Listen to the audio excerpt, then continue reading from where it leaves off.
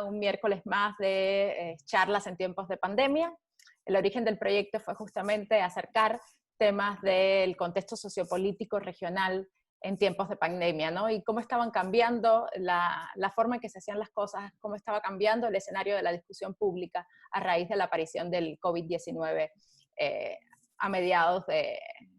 O sea, a principios de este año, febrero, marzo de este año, ya la región estaba siendo impactada y la conversación pública se había centrado en lo que pasa con la pandemia, en los números de muertos, en el número de infectados. Luego pasaban otros temas que tenían indirectamente que ver, como temas de política pública, temas de seguridad, que habían quedado fuera de la discusión, o temas de defensa de derechos humanos, temas ciudadanos que estaban perdiendo prioridad dentro de la discusión pública, o estaban necesitando, o estaban urgidos de cambiar prácticas, formas de entender y de actuar a raíz de las medidas de confinamiento social, de distanciamiento social, el confinamiento, la sana distancia en el caso de México, y empezamos a trabajar hace 8 semanas, esta es nuestra 8ª charla, con expertos, analistas, académicos, miembros de la sociedad civil, que pudieran compartirnos desde sus experiencias personales y sus quehaceres profesionales y expertise académica o profesional, cómo estaba impactando el COVID-19 en su campo de trabajo. El día de hoy le damos la bienvenida a Elvira Cuadra. Elvira es socióloga nicaragüense, coordinadora del Centro de Investigaciones de Comunicación, 5 creo que se llama, por ahí nos estuvieron dando difusión, y es también experta en temas de conflicto, seguridad y democracia en América Latina y sobre todo en la región de Centroamérica. Elvira, un gusto recibirte. Para los que no es primera vez que nos acompañan, la dinámica es una pequeña presentación de Elvira de unos 25 minutos o algo así, y luego un espacio para preguntas y respuestas. El chat y los audios les pido que lo mantengan en silencio durante la charla, ya después se habilita para las preguntas y respuestas. Elvira, bienvenida, muchas gracias por acompañarnos la mañana de hoy. Buenos días, sí, creo que todos estamos en horario de buenos días. En primer lugar, quiero agradecer la invitación del GAPAC para este conversatorio. Bueno, la idea es compartir con ustedes, tener un diálogo sobre las condiciones de Centroamérica en este contexto en particular.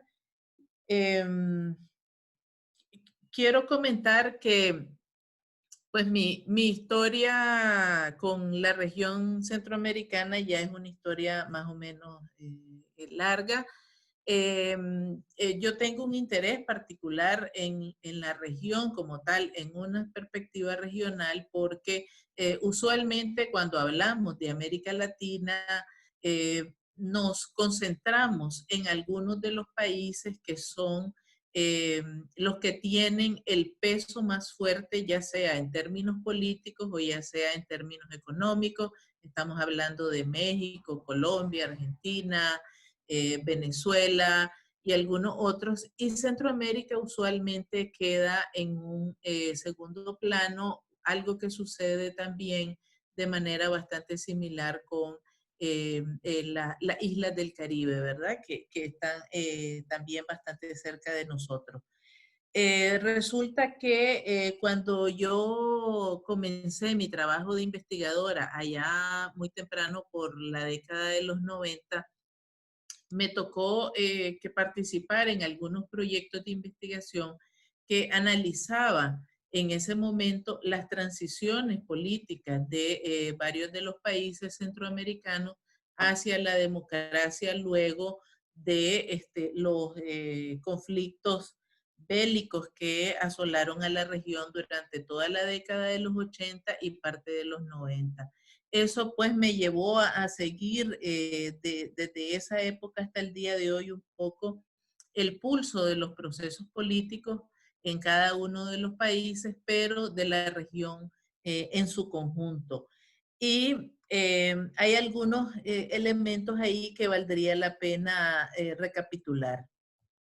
En primer lugar, porque recientemente en Centroamérica se abrió un arco de tiempo que, que incluye el 30 aniversario de los acuerdos de Esquipulas, que fueron los que, que abrieron el camino para la construcción de la paz, o al menos eso se dijo en ese momento, en toda la región centroamericana.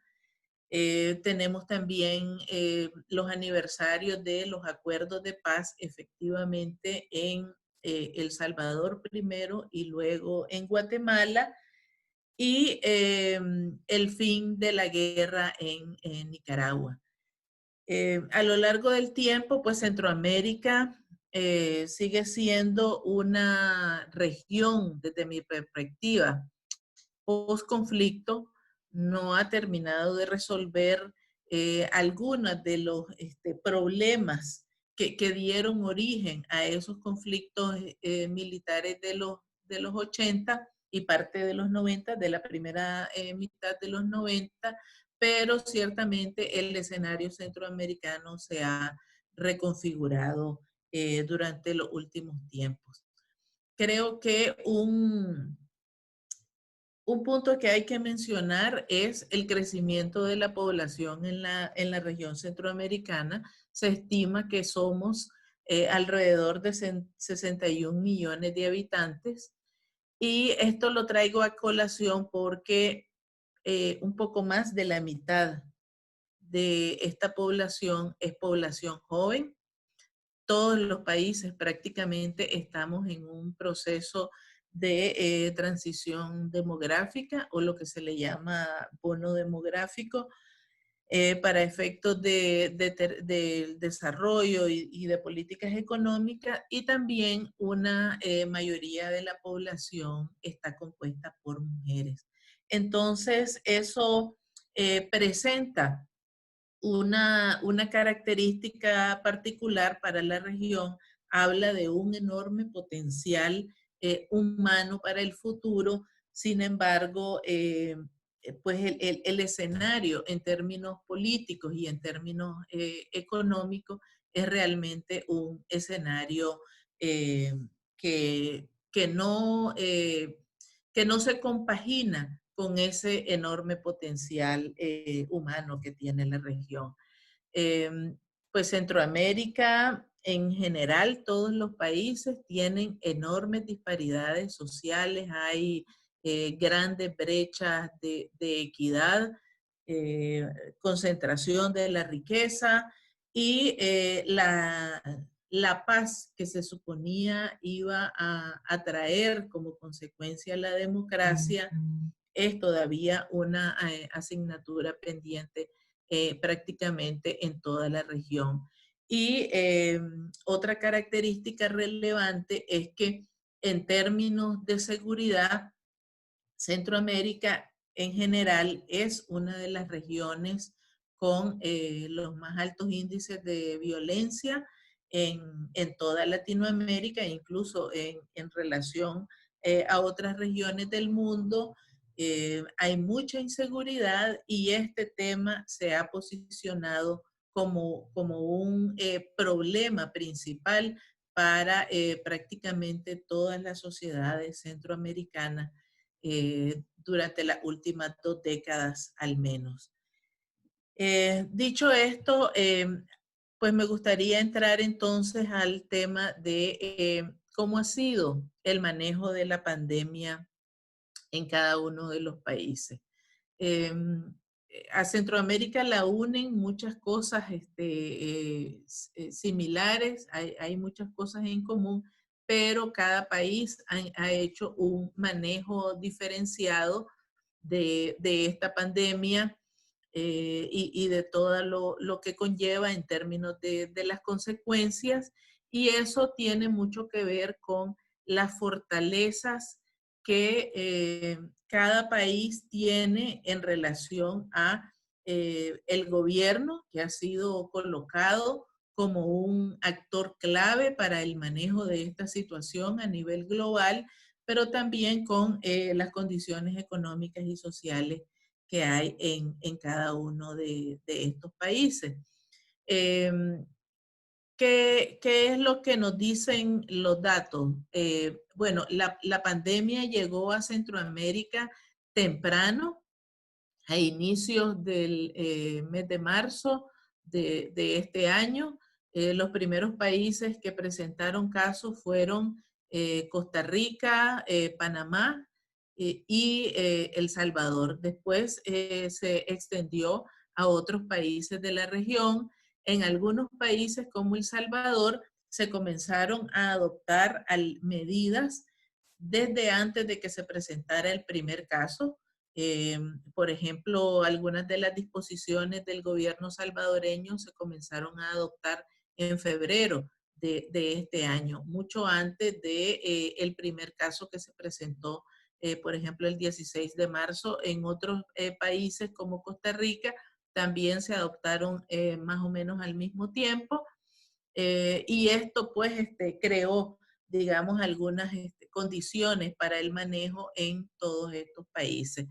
Eh, Hasta ahora, el acumulado de casos que tiene la región centroamericana, incluido Belice y República Dominicana, es de 73.430. Esas son las estadísticas oficiales que los gobiernos de los diferentes países han reportado al sistema de integración centroamericana, a la plataforma de información que está activa en este momento. De esos hay activos 36.274 y se calcula o se tiene un estimado de 1.976 personas fallecidas a causa de la epidemia. Los países que tienen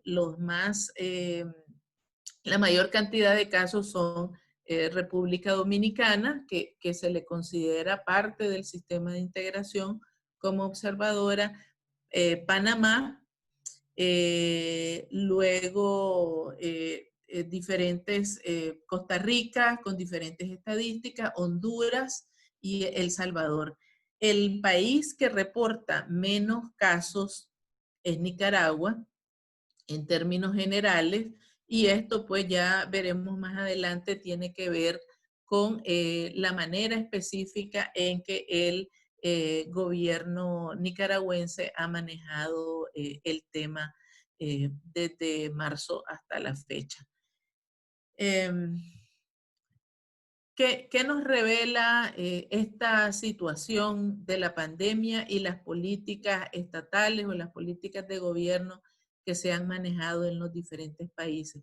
Primero que hay un conflicto abierto, hay una disputa abierta en la región centroamericana entre los viejos autoritarismos que nos llegan desde el siglo XX, recubiertos de diferentes formas, y sociedades que pugnan por un cambio social, pero también un cambio político, y que se espera que este cambio pues tenga un rumbo en un sentido más democrático. Lo que cada gobierno ha hecho en este contexto específico muestra las falencias, pero también las virtudes de los regímenes y de los procesos políticos en la región. Entonces, me gustaría reseñar algunas de las características más importantes o algunos de los elementos más relevantes en cada uno de los países para, digamos, motivar el diálogo. Si lo analizamos desde los diferentes matices entre autoritarismo y democracia, obviamente el régimen y el gobierno que tiene los rasgos más autoritarios es el gobierno de Nicaragua, con Daniel Ortega y Rosario Murillo, su esposa, a la cabeza en la presidencia y vicepresidencia.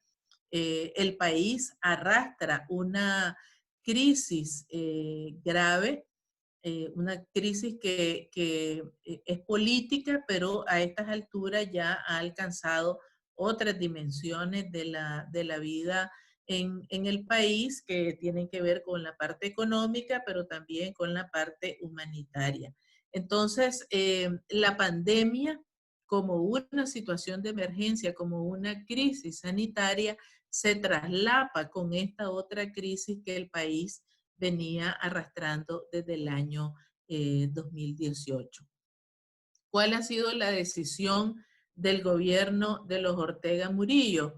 Eh, la decisión ha sido adoptar una política que yo he calificado como una política necrófila porque ha hecho exactamente todo lo contrario a lo que recomiendan los organismos internacionales como la Organización Mundial de la Salud y la Organización Panamericana de la Salud. Esto ha significado promover actividades públicas que significan aglomeramiento de personas como ferias, carnavales, mantener las actividades deportivas, eh, mantener, por ejemplo, abiertas las escuelas y una serie de actividades. No han querido mandar a los empleados públicos a hacer teletrabajo o a disminuir las actividades que no son esenciales en el país. Eh, Tampoco han querido realizar campañas de prevención y de información a la población. Y una de las cosas más críticas que han hecho durante estos meses y particularmente durante todo el periodo de mayo es que han prohibido al personal de salud el uso de equipo necesario de protección para prevenir el contagio, de tal manera que a estas alturas hay más de 40 médicos y otro personal de salud que ha muerto a causa de el coronavirus, pero además hay 12 médicos especialistas, algunos de ellos especialistas en toda la rama de las enfermedades respiratorias que han sido despedidos e incluso expulsados de los centros hospitalarios por órdenes del gobierno al más alto nivel. Entonces, hay, como dije, una política necrófila. Al principio se habló de que el gobierno estaba adoptando la misma estrategia de Inglaterra y de Suecia de el contagio del rebaño, ¿verdad? Después se habló de que era por razones económicas. De hecho, Daniel Ortega en sus escasas comparecencias públicas ha dicho de que la pandemia es una enfermedad de los países capitalistas y además dice que el país no se puede paralizar económicamente. Sin embargo, no se han tomado ninguna clase de disposiciones que permitan ni siquiera paliar los efectos económicos o los efectos humanitarios que a estas alturas está teniendo sobre la población. En este momento el país se encuentra en el momento más crítico, que es el momento de ascendencia de la curva de contagio. Hay una política deliberada del gobierno de ocultar información, por ejemplo, los datos reales. No se han querido hacer pruebas. Hay 26,000 kits de pruebas dentro del país que fueron donados por un organismo financiero regional y no han querido ser utilizados por el gobierno para prevenir y para detectar la realidad de los casos. Y se están ocultando, por ejemplo, los datos de la cantidad de personas que están falleciendo. Los centros de salud, los centros hospitalarios están agotados en términos de su capacidad, su infraestructura, pero también en términos del recurso humano, que ya antes de esto era un recurso humano escaso y que ahora está en una situación más crítica por lo que les comentaba anteriormente. En Nicaragua, los efectos económicos, quiero comenzar con los efectos sanitarios y humanos. Y los efectos económicos y sociales de la pandemia van a ser inevitables porque el gobierno se ha negado reiteradamente a adoptar ninguna clase de medidas para disminuirlo. Entonces, con ese panorama, realmente el régimen de Ortega y Murillo es en Centroamérica la encarnación más cruda de los autoritarismos que están en un proceso de decadencia en Centroamérica y pues son la expresión más grave de ese remanente que todavía tenemos del siglo pasado.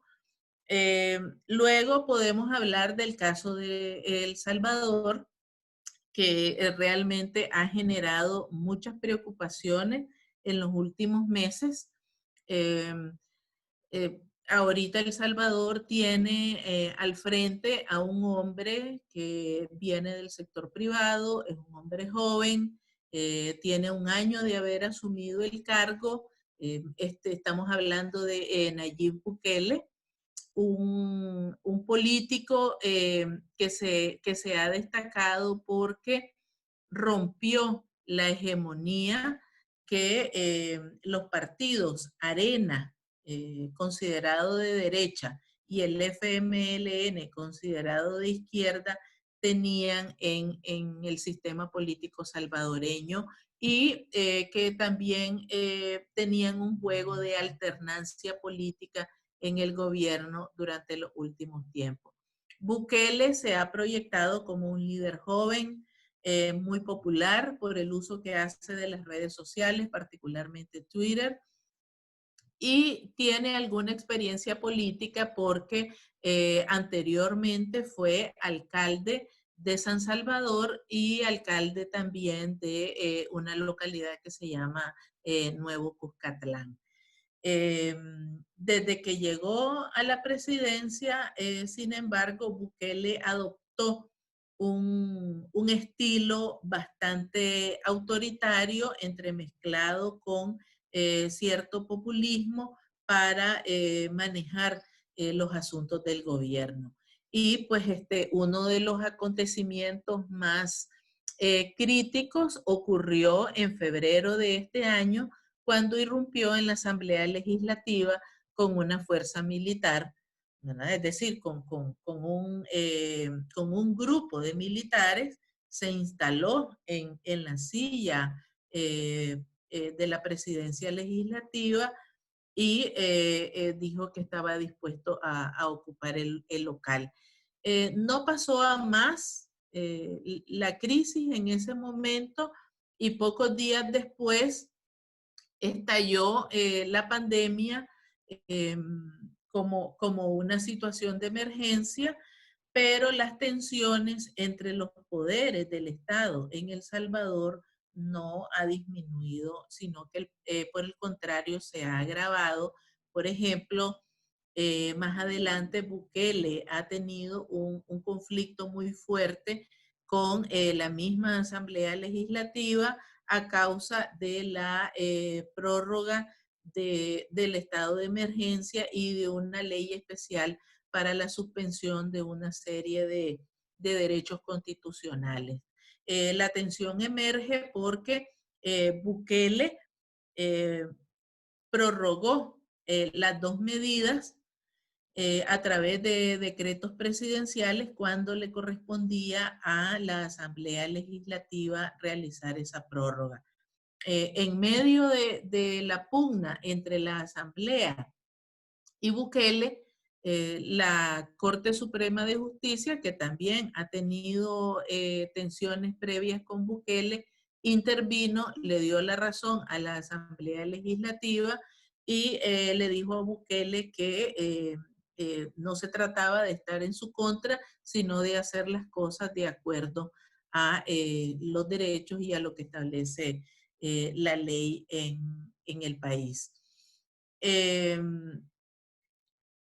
Otras decisiones controversiales o reñidas con los derechos humanos que ha tenido Bukele tiene que ver con la disposición del uso de las fuerzas militares y policiales para detener y confinar a quienes quebrantan la cuarentena domiciliar impuesta en el país. Se crearon centros de detención y de aplicación de cuarentena para las personas detenidas, y la autorización del uso de la fuerza letal militar y policial en contra de las pandillas o las llamadas maras en El Salvador. Creo que todos hemos tenido acceso a esas fotografías que causaron tantísimo impacto, por ejemplo, donde vemos a una gran cantidad de pandilleros recluidos en los centros penales salvadoreños, sentados sin guardar la distancia física que se ha recomendado, algunos con mascarilla, otros sin mascarilla, y esas fotografías fueron difundidas precisamente por el gobierno salvadoreño, cuando anunció la decisión de mezclar en las mismas celdas a los integrantes de unas pandillas y otras. Una decisión que revierte disposiciones anteriores de hace más o menos una década, cuando otros gobiernos decidieron separarlos para evitar actos de violencia, pasadas de cuenta y mayor inseguridad en los centros penitenciarios salvadoreños. Bukele también ha tenido tensiones con otros sectores sociales, por ejemplo, con la prensa salvadoreña. Durante todo este tiempo se ha enfrentado, ha generado tensiones con algunos medios y algunos periodistas independientes, pero también ha tenido contradicciones fuertes, por ejemplo, con el comité que se creó en El Salvador para supervisar los fondos de apoyo a la emergencia por la pandemia, y que fue un comité constituido por la Asamblea Legislativa cuando se aprobó la ley o el estado de emergencia. Resulta que Bukele tiene disputas con algunas personas específicas que integran ese comité, y hace unas semanas atrás, unas 2 semanas atrás, prácticamente la mitad del comité renunció porque se incrementaron esas tensiones y porque Bukele se ha negado a presentar o a rendir cuentas sobre un aproximado de 2.000 millones de dólares que ha recibido el gobierno salvadoreño de diferentes fuentes internacionales para atender la situación de la pandemia. La otra cara de la moneda es que en El Salvador la gente en general tiene una enorme confianza y aprueba con un alto porcentaje, en algunos casos un poco más del 80%, en otros casos cerca del 90%, el estilo de Bukele y el tipo de gestión que está haciendo. Entonces, este es un, eh, un, un autoritarismo nuevo, un autoritarismo revestido de modernidad, que incluso ha sido calificado por algunos como Bukele, particularmente como un dictador millennial, ¿verdad? El escenario en El Salvador está todavía por resolverse, y pues veremos cómo se comporta la situación política y económica del país una vez que pase el pico de la pandemia, y ya se están anunciando medidas de reapertura ahí en El Salvador. En el intermedio, En el intermedio entre los autoritarismos y las democracias tenemos los casos de Guatemala y Honduras. En Guatemala lo que tenemos es también un gobierno que arrastra una enorme, eh, una enorme falta de legitimidad desde antes de la pandemia. El sistema político guatemalteco es muy gelatinoso, si quisiéramos usar, digamos, la metáfora. Eh, Hay una fuerte influencia de los poderes fácticos todavía sobre el sistema político guatemalteco, y hay una influencia muy grande de el narcotráfico, por ejemplo, y el poder de los militares todavía sobre la élites políticas y las élites económicas en Guatemala. En consecuencia, el gobierno anterior fue un gobierno que se distinguió por ser un gobierno distinto en el sentido de que era un personaje nuevo, pero no tenía ninguna legitimidad. Hizo un gobierno bastante autoritario y con el gobierno actual hay un leve giro, ¿verdad? Porque no hay mucha diferencia con el anterior, un leve giro hacia la derecha.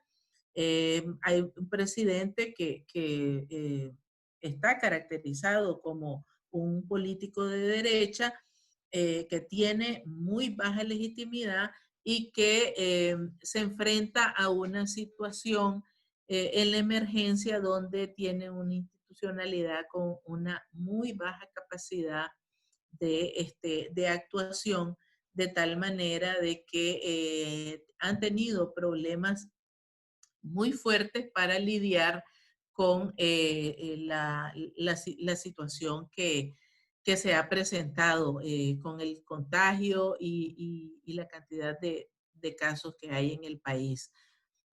Aquí tal vez uno de los puntos más críticos tienen que ver con las denuncias de corrupción y el uso de las fuerzas policiales para sofocar demandas de sectores vulnerables de población que requieren apoyo.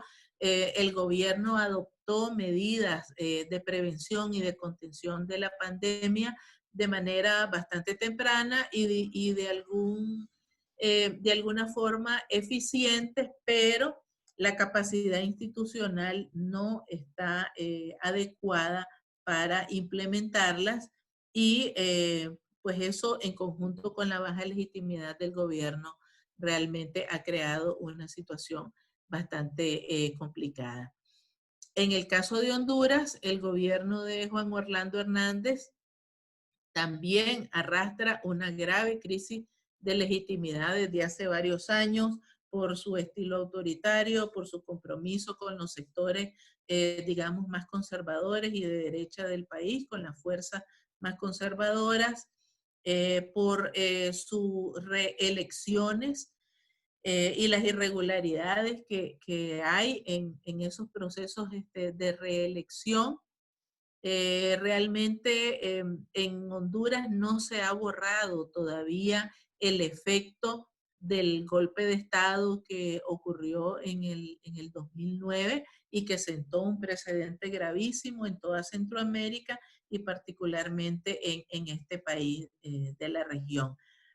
Eh, Algunas de las decisiones previas más controversiales de Juan Orlando Hernández tienen que ver con la creación de una policía militar, primero porque causó malestar entre la Policía Nacional Civil en Honduras, pero además porque esa policía militar está integrada por militares que no tienen ningún tipo de preparación ni de manejo en las situaciones de orden público o de seguridad ciudadana, y entonces eso ha incrementado los casos de violaciones a derechos humanos.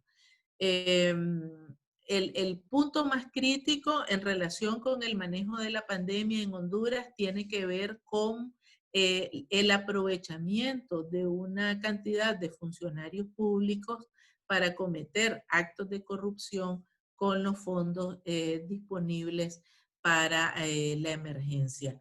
Honduras tiene una cantidad significativa de casos de coronavirus.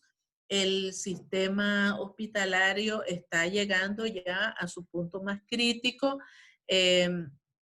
Hay médicos que han renunciado y otros que han sido también despedidos por denunciar este tipo de situaciones.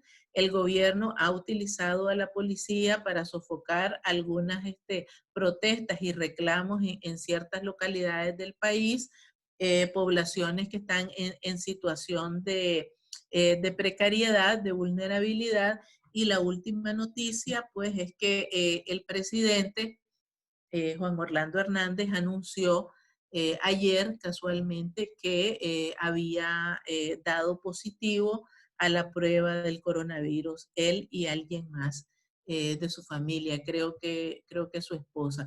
Entonces se ha abierto en este momento en el país un debate muy fuerte porque pues no se conoce pues cuál puede ser la evolución eh, que va a tener el mandatario en cuanto a su situación de salud, ¿verdad? Entonces está todo ahorita realmente movido en el país. En el caso de Costa Rica, y ahí ya nos vamos moviendo un poco más hacia el extremo, digamos, más democrático de la región, ¿verdad? Pues el caso de Costa Rica realmente es un caso muy particular, no solo por su historia, por su tradición democrática y por pues las condiciones que tiene el país, las diferencias que tiene respecto al resto de Centroamérica, sino porque realmente el manejo que ha tenido de la pandemia yo estoy ahorita en Costa Rica y puedo decir que ha sido realmente admirable. Eh, Algo que se puede valorar aquí es cómo la inversión y las características de este estado del bienestar que ha construido Costa Rica desde el siglo pasado, pues ahora han rendido sus frutos. Hay un sistema de salud robusto que ha podido manejar adecuadamente la emergencia dentro del país. El gobierno comenzó tempranamente a adoptar medidas de prevención, identificaron los focos de contagio y los focos de afectación, se tomaron medidas específicas en esos lugares, se reforzó la infraestructura y los recursos de salud en diferentes localidades y se comenzaron a adoptar una serie de medidas económicas para mitigar los efectos de la pandemia en los sectores de población con más bajos recursos, de tal manera que a pesar de la cantidad de población que tiene Costa Rica, realmente el número de contagios es, podríamos decir, relativamente bajo. Igualmente, la cantidad de personas fallecidas y la otra cara de la moneda tiene que ver con una ciudadanía que ha sido realmente muy consciente y muy respetuosa de todas las disposiciones que ha tomado el gobierno para manejar la situación. En este momento ya se considera que Costa Rica ha disminuido la curva de contagios. Eh, las medidas de prevención y de emergencia se han venido flexibilizando durante las últimas semanas, aunque en la zona norte y por las condiciones que tiene Nicaragua y el fuerte intercambio, el flujo de la movilidad humana que hay en esa zona, pues ha habido una especie de repunte, de incremento de los casos y se han tenido que adoptar medidas específicas en esa zona. Pero en general, en el país ya se están flexibilizando las medidas de prevención y el escenario para los próximos meses indica que la preocupación más fuerte va a estar sobre todo en la parte económica, porque sí hay una gran cantidad de sectores, sobre todo sectores vinculados con el turismo, el comercio y los servicios que han sufrido mucho durante este periodo de la pandemia. Y bueno, tal vez el otro país de la región, el otro país del Istmo Centroamericano es Panamá. El gobierno del presidente Laurentino Cortizo dispuso también de manera bastante temprana medidas de prevención y de contención para el contagio desde que se presentaron los primeros casos. Sin embargo, no han logrado frenar la curva de contagios en el país. Como dije al inicio, Panamá es uno de los países de la región que tiene la cantidad, una de las cantidades más altas de contagios y también de personas fallecidas. Cortizo estaba recién llegado a la presidencia cuando estalló la pandemia. Llegó en medio de una situación política complicada por los juicios y las denuncias de corrupción que han involucrado al menos a 3 expresidentes, a los 3 expresidentes anteriores. Hay una gran falta de legitimidad y falta de confianza hacia el Ejecutivo en Panamá de parte de la población, y él no ha logrado recuperar eso, ni aún en el contexto de la pandemia, con las medidas que se han tomado. En este momento ya consideran que es momento de desescalar la cuarentena. Han comenzado a flexibilizar algunas medidas, eh, pero se ha producido también un repunte de la cantidad de contagios dentro del país. Entonces, hay un debate abierto en relación a cuáles son las medidas convenientes y necesarias para manejar esta situación específica de la emergencia en el país, pero también eh, está resurgiendo la crisis política entre la presidencia, el legislativo y una serie de decisiones que estaban en curso y que quedaron suspensas, que afectaban a todo el sistema de seguridad social en el país. Yo quisiera dejar pues mi comentario o mi presentación en este momento allí, solo resaltar que si bien cada país ha tenido un manejo específico de la emergencia, reiterar de que este manejo específico ha hecho emerger las falencias de la democracia con los matices y las especificidades de cada país, y muestra esa tensión fuerte que hay entre esos viejos autoritarismos y esos procesos de cambio democrático que se espera en Centroamérica. Gracias. Muchísimas gracias, Elvira. Wow, cuánta información y muy bien condensada en tu presentación. Bueno, a partir de este momento está abierto el chat y está abierto también la posibilidad de hacerle preguntas a Elvira. No sé si alguien quiere comenzar y le habilitamos, entre Diana y yo le habilitamos el micrófono. Pueden o ponerlo en el chat o levantar la mano, utilizar el...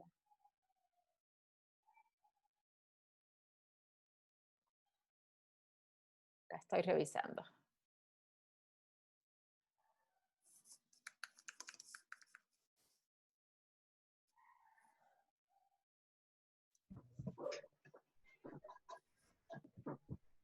Ay, pero sí.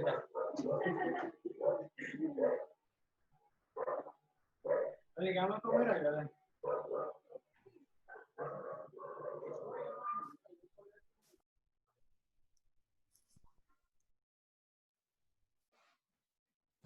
Bueno, activa tu micrófono, por favor. ¿Listo? Adelante. ¿Ya tienes activado el micrófono?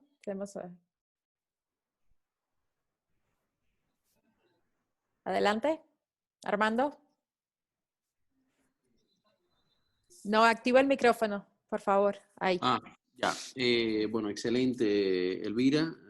Excelente tu presentación. Mi pregunta va a algo que tú le has dedicado mucho tiempo de tu trabajo.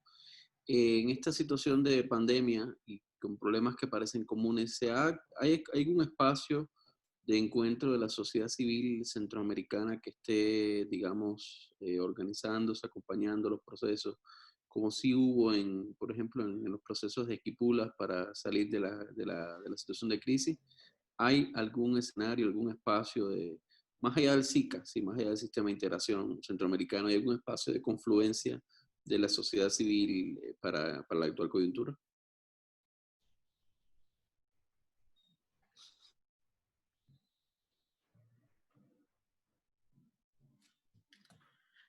Hacemos una ronda y... perfecto.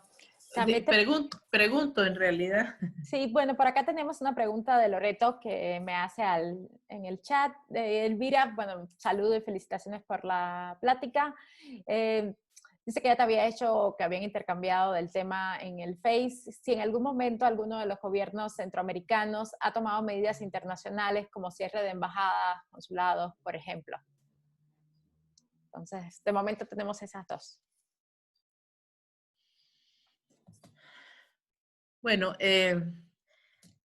la verdad es que en este contexto de la pandemia, los países centroamericanos prácticamente han lidiado solos y por su propia cuenta con la situación. Esto para responder de alguna manera las dos preguntas. Han habido dos encuentros de los presidentes del SICA, dos encuentros virtuales, uno que ocurrió más o menos en marzo, todavía en los primeros días de marzo. Allí participaron prácticamente todos los presidentes y luego uno hace un par de semanas se sabe que ellos han estado en comunicación, pero lo que se conoce públicamente solamente son estos dos encuentros. Luego Nicaragua y Costa Rica tuvieron también en el mes de marzo una reunión bilateral en la frontera donde acordaron una serie de medidas que no conocemos públicamente en qué consisten, pero ellos sí lo anunciaron y hubo pues digamos una foto oficial del encuentro entre las dos delegaciones de gobierno, pero las disposiciones las han tomado de manera más o menos individual. Un incidente que se produjo recientemente en la frontera con Costa Rica y que afectaba el transporte de mercancías, obligó también a un cierto entendimiento y a un acuerdo entre los países centroamericanos para facilitar el transporte de carga. Costa Rica estaba o había establecido una serie de medidas bastante fuertes, medidas de prevención, para que lo que venía circulando a través de la región y pasando por Costa Rica, pues no afectara o no influyera en la curva de contagio. En relación a sociedad civil y la pandemia, más allá del SICA, en realidad no ha habido todavía un esfuerzo coordinado, hasta donde yo conozco, de sociedad civil en términos regionales para enfrentar esta situación. Sé que en varios países hay esfuerzos, iniciativas. Nicaragua es una de las que tiene una gran cantidad de iniciativas ciudadanas para lidiar con la pandemia, pues me refiero a iniciativas ciudadanas organizadas para lidiar con la pandemia, pero en términos regionales realmente no hay todavía nada que se conozca y que tenga, digamos, bastante más cuerpo. Sobre las medidas internacionales. La pregunta de Loreto, pues gracias Loreto por estar aquí, por dedicar tiempo para esto. Te saludo con un abrazo y no se han adoptado ese tipo de medidas en la región. No se conoce. Las embajadas de los diferentes países que están localizados a lo largo de Centroamérica, ya sean embajadas de países centroamericanos o de otros países, pues han adoptado las medidas de cada país, las que ha dispuesto cada gobierno, ¿verdad? Pero cierres de embajadas de los países centroamericanos en otros lugares, pues en todo caso no. Si acaso tendría que ser algún caso muy específico, ¿verdad? O respondiendo a una situación en particular. Bueno, tenemos una pregunta de Marta Munguía. Saludos también, te mando saludos y te felicita por la presentación. ¿En qué medida, o sea, en medio de las diferencias, crees que existen algunas respuestas conjuntas posibles en la región? Bueno, efectivamente, yo creo que si bien hasta ahora han habido políticas nacionales muy específicas para lidiar con la pandemia, los efectos y sobre todo la reacción o el efecto del rebote global sobre Centroamérica va a requerir respuestas regionales, más que las que ya se han adoptado en otros momentos y mucho más allá del Zika.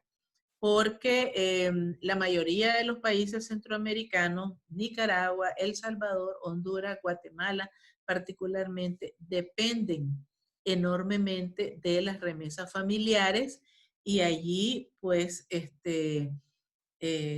va a haber o ya hay una afectación que viene no solo de las condiciones propias de la región, sino de ese efecto rebote global. Entonces, eso significa que vamos a tener mucha más población en pobreza y vulnerabilidad. Centroamérica también promovió en las décadas anteriores la industria del turismo como un rubro económico fuerte y eso está caído. Ahora se habla de las burbujas de turismo, pero eso es algo que realmente no sabemos si va a funcionar bien para la región, sobre todo cuando tenemos situaciones en las que el resto de los países puede adoptar medidas paliativas en términos económicos en esa dirección, pero tenemos, por ejemplo, el caso de Nicaragua, que va a representar una complicación para el resto de los países de la región, porque no va a permitir algunas medidas, digamos, de alcance regional y porque va a afectar a sus países vecinos. Estamos hablando de Costa Rica, que es con quien tiene el flujo de movilidad humana más fuerte, pero también en el caso de Honduras y de El Salvador. Por la negativa del gobierno de adoptar ninguna medida de prevención. Entonces, allí realmente los liderazgos políticos, me refiero a los presidentes centroamericanos, el sistema de integración centroamericana, en primer lugar, va a tener que dibujar un plan y una serie de medidas regionales. Dos preguntas más y voy a incluir, porque la última pregunta estaba muy relacionada con algo que te quería preguntar yo. Erika Tobar pregunta, ¿cuál podría ser el factor para que aún no exista un acuerdo o política a nivel regional o políticas regionales definidas para enfrentar la crisis? Y Diana Oseguera pregunta cuál ha sido la respuesta de la sociedad nicaragüense ante la ausencia de Estado, ¿no? Hasta la falta de política del Estado. Y justo yo te iba a preguntar, porque mencionaste muy rapidito, respondiendo una de las primeras preguntas, que no había una articulación regional de la sociedad civil, pero que sí se estaban haciendo cosas de la sociedad civil en los distintos países, ¿no? Entonces, particularmente en el caso de Nicaragua, pues, ¿qué se está haciendo o cómo está enfrentando la sociedad esta postura o esta ausencia del Estado a la hora de enfrentar la crisis? Bueno, en relación con la primera pregunta sobre el factor que limita las políticas regionales, pues yo creo que uno de los más importantes tiene que ver con el tema político y el tema de los posicionamientos políticos que tienen los gobiernos de la región en relación con los otros. Por ejemplo, en el sistema de integración centroamericano siempre ha habido una diferenciación y una tensión entre el resto de Centroamérica y los posicionamientos de Costa Rica, ¿verdad? Por una serie de condiciones, pero además por una serie de medidas que Costa Rica ha tenido en el ámbito de la integración regional, ¿verdad? Por ejemplo, y me voy a ir a un antecedente bastante anterior, cuando en Centroamérica se habló de un acuerdo para la libre movilización de las personas y de y de las actividades económicas. Costa Rica no quiso firmar ese acuerdo conocido como el CA4 y quedó fuera. Entonces, en el resto de la región se implementaron una serie de medidas migratorias en función del CA4 que no operan para el caso de Costa Rica. Eso se revirtió sobre todo desde el 2018, me refiero a las medidas del CA4 en Centroamérica, por la decisión del gobierno de Nicaragua de establecer un cuestionario y una serie de requisitos para las personas que quisieran llegar al país. Esto fue como en el 2016, 2017, y entonces el CA4 en la práctica se desvirtuó.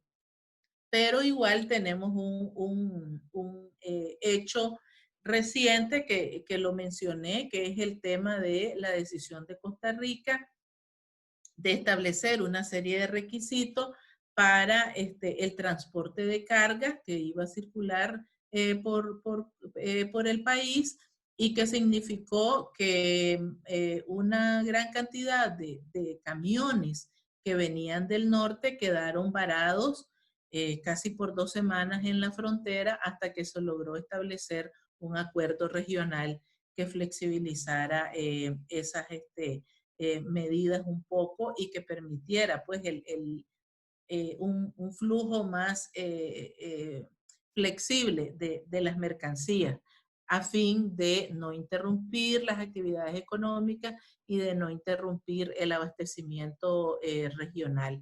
Entonces, el tema de las medidas o de las políticas regionales tiene que ver sobre todo con esa disposición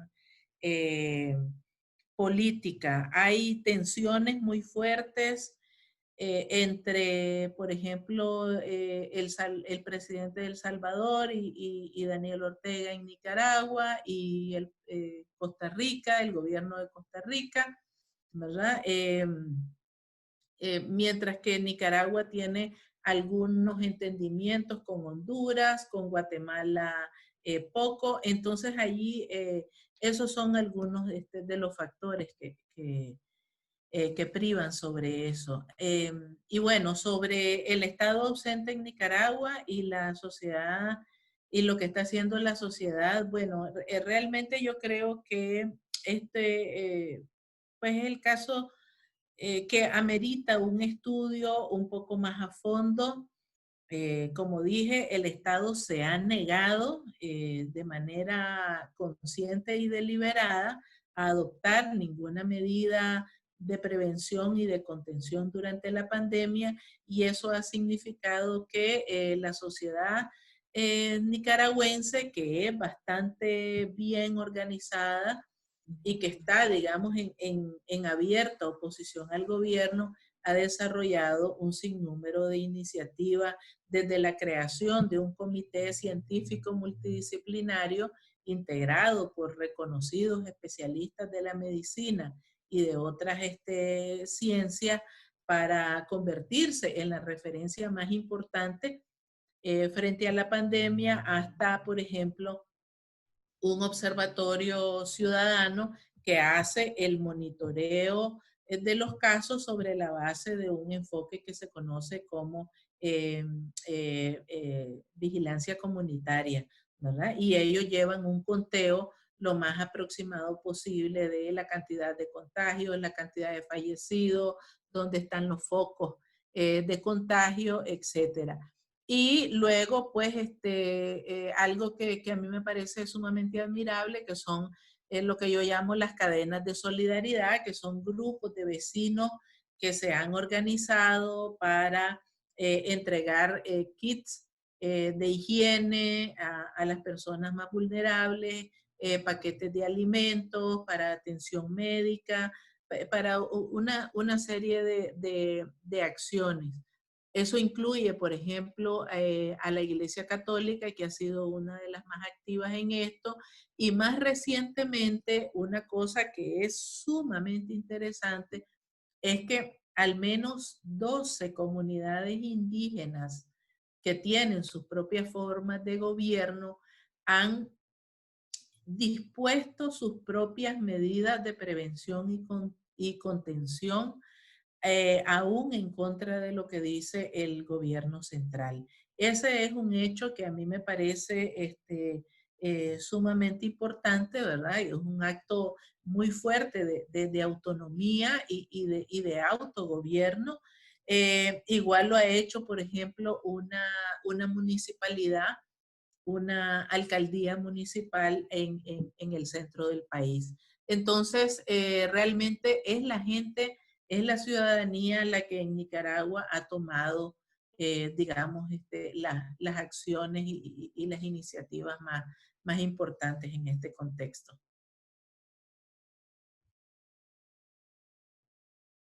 Muchísimas gracias, Elvira, y perdón un poco por el ruido, pues hay una construcción muy cerca.